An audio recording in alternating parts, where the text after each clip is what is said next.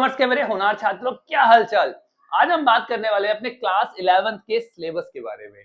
हम यहाँ पर जानेंगे कि हमें किस सब्जेक्ट में क्या क्या पढ़ना है, क्योंकि मंजिल तक पहुंचने के लिए रास्तों से जान पहचान बहुत जरूरी है, अदरवाइज हम भटक जाएंगे। और आप टेंशन मत लो, आपका भाई आपको बिल्कुल भी भटकने नहीं देगा। आपका भाई आपको आपका गोल दिखाता रहेगा, ठीक है। और उस गोल के लिए जो रास्ते हैं वो हम आज डिस्कस करने वाले हैं कि हर सब्जेक्ट में एक्चुअल में पढ़ना क्या है, क्योंकि सारे सब्जेक्ट नहीं है हमारे पास, आया नहीं तो जान पहचान तो होनी चाहिए ना कि एक्चुअल में ये है क्या। चलिए करते हैं जान पहचान।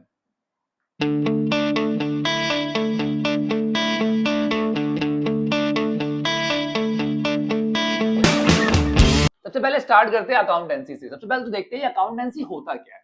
मैं एक एग्जांपल समझाता हूं आपको। मान लो मोहन स्वीट के नाम से एक दुकान है, ठीक है। अब वहां पर कितनी सारी ट्रांजेक्शन्स एक दिन में होती होगी, है ना। वो सामान खरीदते होंगे, रॉ मटेरियल वगैरह खरीदते होंगे, उसको बनाते होंगे, अपने एम्प्लॉयज को सैलरी देते होंगे, जहां पे वो दुकान खुली हुई उसका रेंट पे करते होंगे।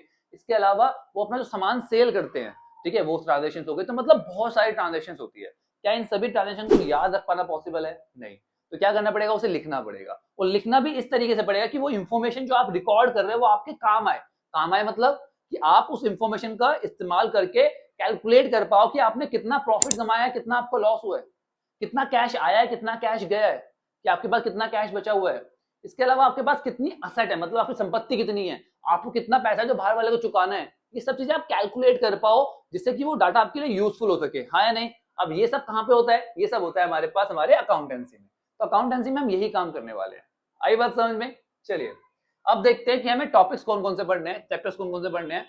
पहला तो है इंट्रोडक्शन टू अकाउंटिंग। तो यहाँ पे हम अकाउंटिंग से जान पहचान करेंगे क्या होता है, कैसे होता है, ठीक है। इसके बाद हम देखेंगे बेसिक अकाउंटिंग टर्म्स। तो यहाँ पर ना अकाउंटिंग की टर्म्स पढ़ेंगे कि असेट क्या है, लायबिलिटी क्या है, कैपिटल क्या है, इन सब के बारे में जानेंगे। यहाँ पे एक्चुअल में हमारा जो है जान पहचान होना शुरू हो जाती है अकाउंटेंसी से, क्योंकि इसकी जो मेन मेन टर्म्स है जो हम यूज करेंगे अकाउंटेंसी में वो हमें पता लग जाती है, ठीक है। तो बहुत ध्यान से पढ़ना है इसको।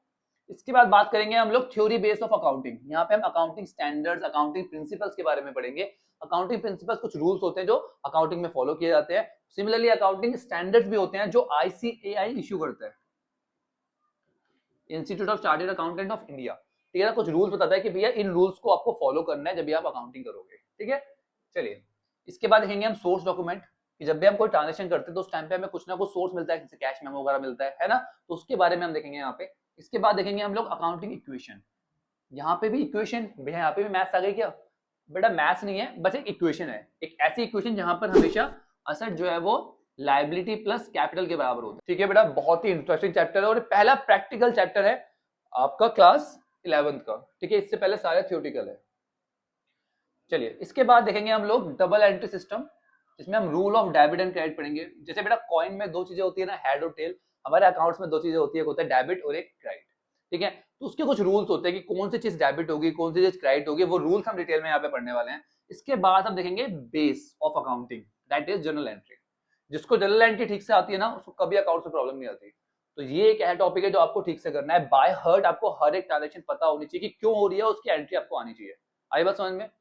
चलिए इसके बाद देखेंगे कैश बुक। कैश आ रहा है तो कहाँ रिकॉर्ड करेंगे, कैश जा रहा है तो कहाँ रिकॉर्ड करेंगे। कैसी बुक बनाते हैं जिसमें हम कैश को रिकॉर्ड करते हैं, कब आ रहा है कब जा रहा है, ठीक है। इसके अलावा सब्सिडरी बुक्स होती है, कुछ परचेज बुक्स होती है, जब आप सामान खरीदते हो, स्टॉक खरीदते हो, तब उसमें आप एंट्री करते हो। ऐसे सेल बुक होती है जहाँ पे आप बेचते हो तो करते हो, परचेज रिटर्न, सेल रिटर्न, ये सारी बुक्स होती है जहाँ पे आप एंट्री करते हो, ठीक है। उसको बोलते सब्सिडरी बुक। इसके बाद हम देखेंगे लेजर। लेजर क्या होता है बेटा? जो आपने जर्नल एंट्री, ठीक है, करी है ना, उसको हम अलग अलग अकाउंट्स में पोस्ट करते हैं, उसको बोलते हैं लेजर। इसके बाद देखेंगे बीआरएस। बेटा कभी कभी क्या होता है, जो मैं अपनी बैंक का अकाउंट बना रहा हूं, ठीक है, और जो मेरी पासबुक है, जो मेरा वो बैलेंस जो शो कर रही है, दोनों में डिफरेंस आ जाता है। मतलब मेरे हिसाब से मेरे बैंक में मान लो 50,000 रुपए है, बट एक्चुअल में उसमें 51,000 रुपए हैं, तो 1,000 रुपए का डिफरेंस आ गया। अब वो डिफरेंस क्यों आया, ठीक है ना, वो हम देखते हैं कहां पर? बैंक रिकंसिलेशन स्टेटमेंट में। इसके बाद देखेंगे ट्रायल बैलेंस। बेटा हर एक अकाउंट जो होता है ना, उसका कुछ ना कुछ बैलेंस होता है, तो डेबिट होता है, क्रेडिट होता है, ठीक है। तो ट्रायल बैलेंस के अंदर हम क्या करेंगे, सभी डेबिट बैलेंस और क्रेडिट बैलेंस को लिखेंगे, एंड में दोनों टैली करने चाहिए। अगर टैली कर गए तो इसका मतलब हमने जो करा है वो सब कुछ ठीक है, अकाउंटिंग वाइज सही है, अदरवाइज कुछ ना कुछ एरर है, कुछ ना कुछ गलती है, ठीक है बेटा। इसके बाद देखेंगे हम रेक्टिफिकेशन ऑफ एरर। जो गलती हो जाती है कभी कभी ना बुक ऑफ अकाउंट में ट्रांजेक्शन को रिकॉर्ड करने में, या अलग अलग तरीके कुछ ना कुछ मिस्टेक्स हो जाती है। अब उन मिस्टेक्स को कैसे हमें ठीक करना है वो भी हम यहीं पर देखेंगे। इसके बाद डेप्रिसिएशन के बारे में पढ़ेंगे। डेप्रिसिएशन क्या होता है? जो हमारी असेट होती है जिसको हम यूज करते हैं, क्या जितने में हमने खरीदी होती है क्या वैल्यू उसकी उतनी रहती है? नहीं, उसकी वैल्यू कम होती रहती है ना। सिंपल सी बात है, अगर मैंने स्टाइलस जो है वो 3000 रुपये का खरीदा है तो इसकी क्या वैल्यू अभी भी उतनी है? नहीं, क्योंकि मैं इसको यूज कर रहा हूँ, टाइम हो गया है, इसकी टेक्नोलॉजी पुरानी हो गई है, इसकी वजह से वैल्यू कम हो गई है। तो वो वैल्यू कम कैसे हो रही है, ठीक है, इसको रिकॉर्ड कैसे किया जाता है, वो सब हम देखेंगे डेप्रिसिएशन में। इसके बाद रिजर्व्स क्या होते हैं, प्रोविजंस क्या होते हैं, ये पढ़ेंगे।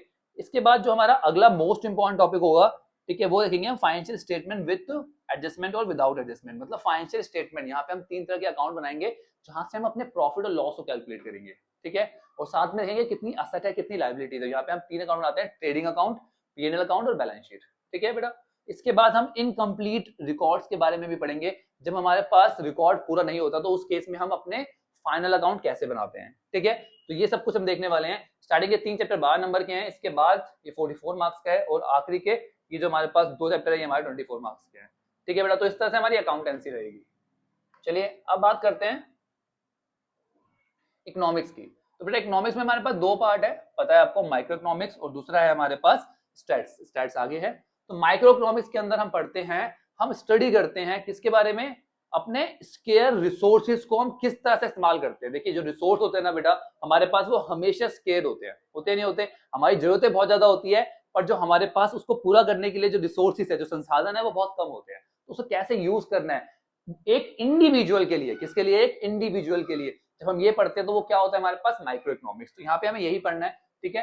सबसे पहले हमें देखेंगे इकोनॉमिक्स होता क्या है, इकोनॉमी क्या होती है, सेंट्रल प्रॉब्लम्स। इकोनॉमी में कुछ प्रॉब्लम्स होती है कि क्या बनाना है, कैसे बनाना है, ठीक है, कितना बनाना है, किसके लिए बनाना है, ये सब हम यहाँ पे स्टडी करेंगे।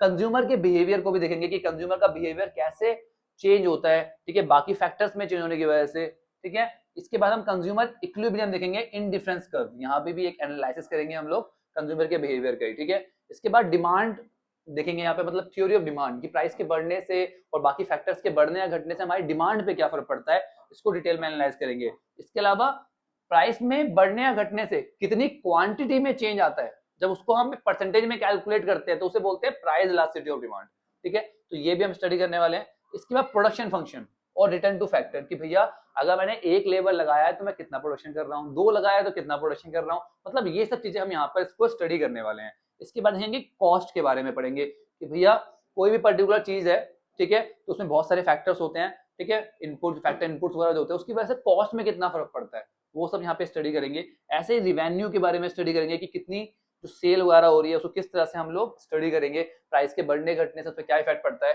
ठीक है, सब कुछ स्टडी करने वाले हैं। फैक्टर्स के बढ़ने घटने पे क्या फर्क पड़ता है। प्रोड्यूसर इक्विलिब्रियम, एक प्रोड्यूसर जो है वो इक्विलिब्रियम में कब होता है, देखो एक प्रोड्यूसर जो है वो इक्विलिब्रियम में कब होता है, जब वो मैक्सिमम प्रॉफिट कमाता है, हाँ या नहीं। तो वो प्रॉफिट मैक्सिमम कब होगा, किस सिचुएशन में होगा, वो सब यहाँ पढ़ेंगे। ऐसे ही पढ़ेंगे सप्लाई के बारे में कि जो प्रोड्यूसर है वो कितना सप्लाई करना चाहता है अलग अलग प्राइस पे, ठीक है, कौन कौन से फैक्टर जो उसकी सप्लाई को इफेक्ट करते हैं, ठीक है बेटा। सिमिलरली हमारे पास कौन कौन सी मार्केट होती है, ठीक है ना, वो हम पढ़ेंगे। और परफेक्ट कंपटीशन एक मार्केट होती है बेटा, उसका एनालिसिस हम डिटेल में करेंगे, ठीक है। तो ये सब पढ़ने वाले हैं माइक्रो इकोनॉमिक्स में। अब बात करते हैं स्टैटिस्टिक, जो हमारा दूसरी बुक है, ठीक है बेटा। यहां पर आपको नया नया नहीं लगेगा क्योंकि आप यहाँ पे मैक्सिमम टॉपिक्स पढ़ चुके हो, ठीक है। आपने मीन मोड मीडियन पढ़ा था ना, स्टैट्स पढ़ा था ना, ठीक है बेटा, उसी का एक तरीके से समझ लो डाइवर्सिफिकेशन है, ठीक है। स्टैट्स आप पहले पढ़ के आए हो, छोटी क्लासेस में आपने क्या करा था, टैली बार बनाए थे 1 2 3 4 5, है ना, वहां पे आपने फ्रीक्वेंसी वगैरह भी देखी थी। तो वो सब चीजें ना यहीं पे यूज होने वाली है, ठीक है। तो यहाँ पे हम वही सब कुछ पढ़ेंगे। सबसे पहले तो स्टैट्स में इकोनॉमिक्स में स्टैट्स की क्या जरूरत है, क्या इंपॉर्टेंस है, हम ये देखने वाले हैं। इसके बाद हम डाटा को इकट्ठा कैसे करते हैं, ठीक है। उसके बाद इकट्ठा करने के कौन कौन से मेथड है, सेंसर और सैंपल मेथड होते हैं, 2 तरह के मेथड है हमारे पास, ठीक है, डाटा को इकट्ठा करने के लिए, वो हम यहाँ पे डिटेल में पढ़ेंगे। इसके बाद डाटा को उसको ऑर्गेनाइज कैसे करते हैं, किस तरह से अरेंज करते हैं उसे हम, ठीक है, फिर उसे प्रेजेंट कैसे करते हैं उस पर्टिकुलर डाटा को, ठीक है। इसके अलावा उसको डायग्राम से कैसे दिखाते हैं, बेटा आप लोगों ने बार ग्राफ, पाई डायग्राम पढ़े थे ना, वही सब कुछ यहाँ पे दोबारा से आ गया है, ठीक है। फ्रीक्वेंसी डिस्ट्रीब्यूशन, यहाँ पे हम देखेंगे हिस्टोग्राम कैसे बनाते हैं, पॉलीगन ऑजिव कैसे बनाते हैं, ये सब चीजें हम डिटेल में पढ़ेंगे यहाँ पे, ठीक है। इसके बाद हम देखेंगे अर्थमेटिक लाइन ग्राफ, आपने लाइन ग्राफ बनाया ना, ग्राफ बनाते हो ना आप लोग मैथ्स में, ये वही है, ठीक है। इसके बाद देखेंगे central tendency, arithmetic mean, mean कैसे निकालते हैं, ठीक है, मीडियन और मोड कैसे निकालते हैं। इसके अलावा हम अलग अलग वेरिएबल्स के बीच में कोरिलेशन पढ़ेंगे और एट द एंड हम देखेंगे इंडेक्स नंबर, तो ये सब चीजें हम देखने वाले हैं अपने स्टैटिस्टिक्स में। ठीक है बेटा, दोनों ही बुक हमारे पास 40-40 नंबर की होगी। ठीक है, अब बात करते हैं बिजनेस स्टडीज की, जहां पे हम अपने बिजनेस का फाउंडेशन बनाएंगे कि भाई बिजनेस में होता क्या क्या है। हमें ये तो पता है कि ये बिजनेस चल रहा है, ऐसे हो रहा है, ऐसे हो रहा है, पर उसके अंदर होता क्या है, कितनी तरह के बिजनेस होते हैं, ये किस किस चीजों को हमें स्टडी करना पड़ता है, सब कुछ हम डिटेल में यहाँ पे पढ़ने वाले हैं। तो स्टार्ट करेंगे हम फाउंडेशन से। ठीक है, जहाँ पे हम nature and purpose of business है, बिजनेस है क्या, उसका क्या नेचर है, क्या बिजनेस एक आर्ट है, क्या बिजनेस एक साइंस है, क्या बिजनेस एक प्रोफेशन है, ये सब चीजें स्टडी करेंगे यहाँ पे हम। इसके बाद कि कितने तरह के बिजनेस ऑर्गेनाइजेशन होते हैं, सोल प्रोप्राइटर जो अकेला बिजनेस करता है, कंपनी, पार्टनरशिप, इन सब चीजों के बारे में डिटेल में पढ़ेंगे यहाँ पे। इसके बाद पब्लिक, प्राइवेट और ग्लोबल एंटरप्राइज, अलग तरह की एंटरप्राइज होती है। ठीक है, उनके बारे में डिटेल में पढ़ेंगे। इसके बाद बिजनेस सर्विसेज, बिजनेस में बहुत सारी सर्विस होती है, बैंकिंग, इंश्योरेंस, ट्रांसपोर्टेशन होती है ना, इन सब के बारे में हम डिटेल में पढ़ेंगे। इसके बाद इमर्जिंग मोड ऑफ बिजनेस, आजकल जो बिजनेस है वो कैसे हो रहा है, ऑनलाइन हो रहा है, वो हम इस चैप्टर में डिटेल में पढ़ेंगे। ठीक है, इसके बाद social responsibility of business and business ethics के बारे में पढ़ेंगे कि भैया बिजनेस की कुछ सोशल रिस्पॉन्सिबिलिटी होती है, किसकी तरफ, सोसाइटी की तरफ। ठीक है, वो क्या क्या होती है, हमें कैसे फुलफिल करनी होती है, अगर नहीं फुलफिल करेंगे तो क्या होगा। ठीक है, तो स्टार्टिंग के ये 2 चैप्टर जो है हमारे पास वो 16 मार्क्स के हैं, और फिर ये जो 2 चैप्टर है वो 14 मार्क्स के हैं, और फिर ये जो 2 चैप्टर है वो 10 मार्क्स के हैं। तो इस तरीके से 40 मार्क्स का हमारे पास पार्ट 1 है। ठीक है, अब बात करते हैं पार्ट बी की। यहाँ पे हम फाइनेंस और ट्रेड के बारे में पढ़ेंगे। सबसे पहले देखेंगे सोर्स ऑफ बिजनेस फाइनेंस, तो भाई बिजनेस को पैसा कहाँ कहाँ से मिलता है वो पढ़ेंगे यहाँ पे। फिर स्मॉल बिजनेस जो है वो किस तरीके से चलाया जाता है, उससे क्या बेनिफिट है, उससे क्या कमियां हैं। ठीक है, इंटरनल ट्रेड, देश के अंदर जो व्यापार हो रहा है वो किस तरह से हो रहा है, वो सब पढ़ेंगे हम यहाँ पे। ठीक है, इसके अलावा फिर हम इंटरनेशनल ट्रेड के बारे में पढ़ेंगे कि भाई जब 2 देशों के बीच में जो ट्रांजेक्शन होती है, जो ट्रेड होता है, उसमें क्या क्या रिक्वायरमेंट्स होती है, क्या डॉक्यूमेंट्स चाहिए होते हैं। ठीक है ना, किस तरीके से उसको फुलफिल किया जाता है, सब कुछ हम यहाँ पे पढ़ने वाले हैं। तो ये 20-20 नंबर के 2 चैप्टर है। ठीक है ना, ये 2 चैप्टर 20 नंबर के हैं, ये 2 चैप्टर 20 नंबर के हैं, इस तरह से 40-40 नंबर के 2 पार्ट है हमारे पास। ठीक है, बहुत इंटरेस्टिंग है बेटा, क्योंकि यहाँ पे हम हर चीज को रिलेट करके पढ़ सकते हैं, तो बहुत मजा आने वाला है। चलिए अब बात करते हैं मैथ्स की। तो मैथ्स में हमारे पास सबसे पहला चैप्टर होने वाला है सेट। सेट एक नया चैप्टर है और सबसे आसान चैप्टर है। ठीक है, बुक का सबसे आसान चैप्टर यही है। आपको इसको पढ़ने के बाद लगेगा अरे यार इतनी आसान है मैथ्स, हाँ जी बिल्कुल आसान है, बस पढ़ के देखो, इंटरेस्ट से पढ़ो, मजा आएगा। इसके बाद रिलेशन फंक्शन पढ़ने वाले हैं, ये भी नया चैप्टर है आपका। यहाँ पे आप रिलेशन चेक करते हो, फंक्शन चेक करते हो अलग अलग वेरिएबल्स के बीच में, अलग अलग डाटा के बीच में। ठीक है, इसके बाद आएगा ट्रिग्नोमेट्री फंक्शन। ट्रिग्नोमेट्री आपने क्लास 10th में पढ़ा था, आया नहीं, तो वही उसी का एक्सटेंशन है थोड़ा सा। यहाँ पे मजा आएगा, इंटरेस्टिंग है, इजी है, ज्यादा डिफिकल्ट नहीं है, बट फॉर्मुलाज लर्न करने हैं आपको। ठीक है, फॉर्मुला लर्न होगा उसके बाद सब आसान है। इसके बाद complex number and quadratic equation, quadratic equation के बारे में आपने पढ़ा हुआ है, पूरा का पूरा चैप्टर था आपका क्लास 10th में, बट कॉम्प्लेक्स नंबर आपके लिए थोड़ा सा नया है। ठीक है, बड़ा आसान चैप्टर है ये भी। लीनियर इनइक्वालिटीज, अभी तक हम लीनियर इक्वेशन पढ़ते थे, है ना, इन टू वेरिएबल्स, राइट। अब यहाँ पे हम पढ़ेंगे लीनियर इनइक्वालिटीज। यहाँ पे इक्वल नहीं आएगा, यहाँ पे नॉट इक्वल आएगा। आसान चैप्टर है, यहाँ पे भी वही ग्राफ बनाया जाएगा। ठीक है ना, इसके बाद परम्यूटेशन एंड कॉम्बिनेशन। एक क्लास में मान लो 20 बच्चे हैं, ठीक है, अब 20 बच्चों में से कुछ लड़कियां कुछ लड़कियां हैं, उन लड़कों में से दो लड़के चुनने हैं मुझे, और कुछ उन लड़कियों में 3 लड़कियां चुननी है, चूज करनी है। 5 बच्चों का एक ग्रुप बनाना है मुझे। ठीक है, तो मैं किस तरीके से उसको चूज करूंगा, ठीक है, उनको किस तरह से पिक करूंगा, क्या क्या कॉम्बिनेशन हो सकते हैं, किनको उनको चूज करूंगा, किसको नहीं करूंगा, तो मतलब कितने कॉम्बिनेशन बन सकते हैं, वो सब हम पढ़ते हैं कहाँ पर, परम्यूटेशन एंड कॉम्बिनेशन में। तो बहुत मजा आएगा यहाँ पे भी आपको। ये प्रैक्टिकल चैप्टर है। बाइनोमियल थ्योरम, ये एक नया चैप्टर है, ये भी आपको डिटेल में पढ़ना होगा। आसान है, इसमें भी केवल एक फॉर्मूला है बस, दैट्स इट, और कुछ नहीं है। ठीक है, सीक्वेंस एंड सीरीज, आपने क्लास 10th में एपी पढ़ा था ना, ठीक है ना, तो यहाँ पे एपी भी है, और एपी के साथ साथ यहाँ पर जीपी भी है। तो ज्योमेट्रिक प्रोग्रेशन होता है ये, इसका थोड़ा सा एक्सटेंशन है, बट कंसेप्ट लगभग लगभग सेम है, तो आपको परेशानी नहीं होगी। स्ट्रेट लाइन, लाइंस की इक्वेशंस कैसे बनती है, वो सब हम यहाँ पे पढ़ेंगे। ठीक है, इसके अलावा कॉनिक सेक्शन देखेंगे हम लोग। ठीक है, यहाँ पे हम सर्कल, हाइपरबोला, पैराबोला वगैरह पढ़ने वाले हैं, उसकी इक्वेशंस वगैरह देखने वाले हैं। इसके बाद इंट्रोडक्शन टू द 3D, यहाँ पे हम 3D पढ़ेंगे। आपने कॉनिक सेक्शन पढ़ा था ना, ठीक है, तो कॉनिक सेक्शन का ये एक्सटेंशन है। ठीक है ना, हर जगह पे हमने वहाँ पे क्या पढ़ा था, डिस्टेंस फॉर्मूला पढ़ा था, रूट x2 माइनस x1 की square plus y2 minus y1 की स्क्वायर। वहाँ पे 2 वेरिएबल होते थे, अब यहाँ पर 3 वेरिएबल है। ठीक है, जेड भी आ जाएगा, तो मतलब यहाँ पे डिस्टेंस फॉर्मूला क्या हो जाएगा, रूट x2 माइनस x1 की square plus y2 minus y1 की square plus z2 minus z1 की स्क्वायर। मतलब जेड ऐड हो जाएगा, बाकी सब कुछ सेम रहेगा, सारा कंसेप्ट सेम है बस। आई बात समझ में। इसके अलावा लिमिट एंड डेरिवेशन के बारे में पढ़ेंगे, ये नया टॉपिक है, ये 12th में बहुत काम आएगा, तो बहुत फोकस से पढ़ना है आपको यहाँ पे इसको। इसके अलावा स्टैट्स है हमारा, और प्रोबेबिलिटी है। स्टैट्स मीन मोड मीडियन वाला ये है, थोड़ा सा एक्सटेंशन है उसका, मीन डेविएशन वगैरह, स्टैंडर्ड डेविएशन वगैरह चेक करेंगे।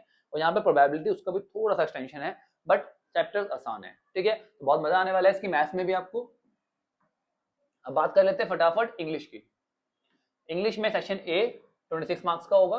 ठीक है, जहाँ पे हम रीडिंग कॉम्प्रिहेंशन, अनसीन पैसेज को देखेंगे, ठीक है। अनसीन पैसेज दो होंगे हमारे पास, एक केस बेस्ड होगा 8 नंबर का और एक फैक्चुअल डिस्क्रिप्टिव लिटरेरी होगा जो होगा 10 नंबर का। तो दो तो हमारे पास अनसीन पैसेज होंगे। इसके अलावा यहाँ पे हम नया सीखेंगे नोट मेकिंग, कि नोट्स कैसे बनाते हैं।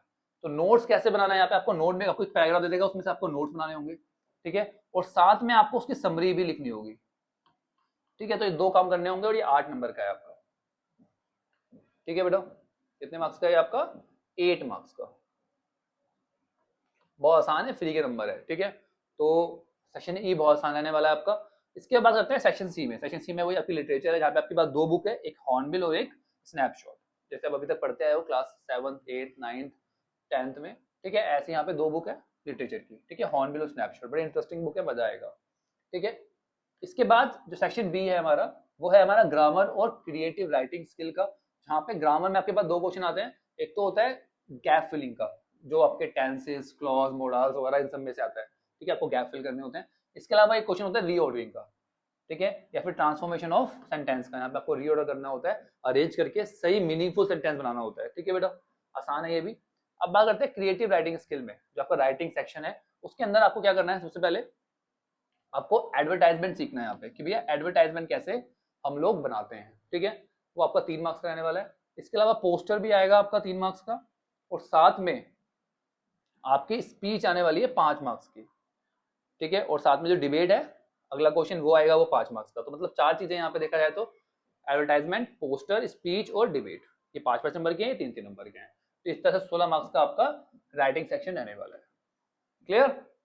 That's it our video. I hope अब आपकी अच्छी खासी जान पहचान हो गई है अपने कॉमर्स के सभी सब्जेक्ट से, हाँ या नहीं? अब आपको पता है कि हमें किस सब्जेक्ट में क्या पढ़ना है, तो जान पहचान तो हो गई है। अब बात करेंगे दोस्ती की।